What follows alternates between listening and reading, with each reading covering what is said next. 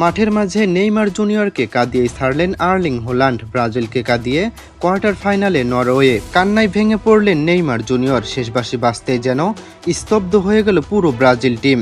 আরও একটি বিশ্বকাপ স্বপ্ন ভেঙে চুরমার। মাঠে দাঁড়িয়ে চোখের জল ধরে রাখতে পারলেন না ব্রাজিলের এই মহাতারকা।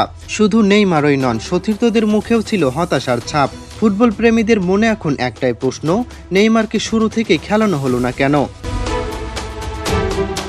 বিশ্বকাপের শেষ ১৬ মহারণে শক্তিশালী ব্রাজিলকে ২-১ গোলে হারিয়ে ইতিহাস গড়ে কোয়ার্টার ফাইনালে জায়গা নিশ্চিত করেছে নরওয়ে। ম্যাচ জুড়ে নিজেদের আধিপত্য দেখিয়েছে ইউরোপের দলটি। বল দখলের লড়াইয়ে ছিল তাদের একচ্ছত্র আধিপত্য। নরওয়ে যেখানে ৬৭% সময় বল নিজেদের কাছে রেখেছে, সেখানে ব্রাজিলের দখল ছিল মাত্র ৩৩%। তবে ম্যাচের শুরুটা ছিল খুবই নাটকীয়। তৃতীয় মিনিটেই নরওয়ের জালে বল জড়ান প্যাট্রিক বার্গ, কিন্তু অফসাইডের কারণে সেই গোল বাতিল হয়ে যায়। এরপর ১৩তম মিনিটে ব্রাজিল পেয়ে যায় সুবর্ণ সুযোগ। ম্যাথিউস কুনিয়াকে ফাউল করে পেনাল্টি পেয়ে যায় সেলেসাওরা, কিন্তু সেই সুযোগে কাজে লাগাতে পারেননি ব্রুনো গিমারায়েস। নরওয়ের গোলরক্ষক ওরিয়ান নিলান্ড অসাধারণ সেভ করে ব্রাজিলকে হতাশ করেন।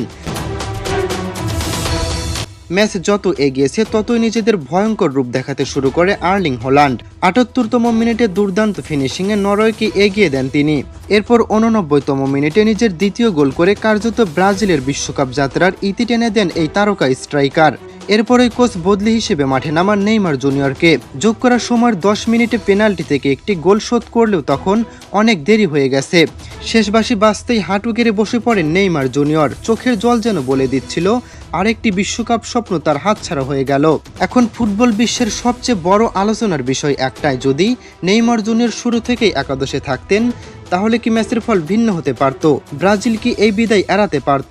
এই প্রশ্নের উত্তর হয়তো আর কখনোই জানা যাবে না। তবে একটি বিষয় পরিষ্কার, নরওয়ে তাদের দুর্দান্ত পারফরম্যান্সে প্রমাণ করেছে তারা এই বিশ্বকাপের অন্যতম শক্তিশালী দাবিদার।